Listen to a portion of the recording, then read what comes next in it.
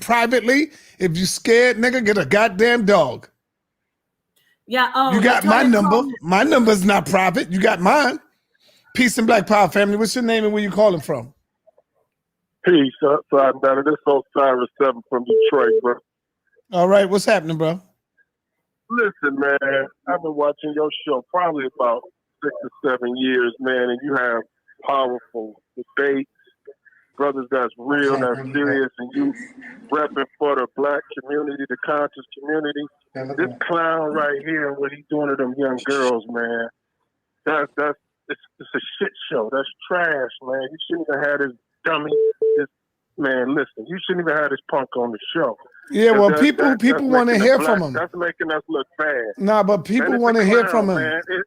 You know, taking your show down, though, brother. You got powerful brothers like Jabari, and there's so many brothers that's intelligent, that's representing what we need to hear. This is a shit show, man. Get this punk off, man. Got these young girls, you know, like slaves or concubines, whatever, man. Like, weird. It is sick. Man, this dude don't deserve no platform, is what I'm brother, welcome to the real world, brother. Well, everything is not going to go your way. We got to be able to welcome to the real world. This is what's going on in the real world. No, people got to face the real world. I disagree.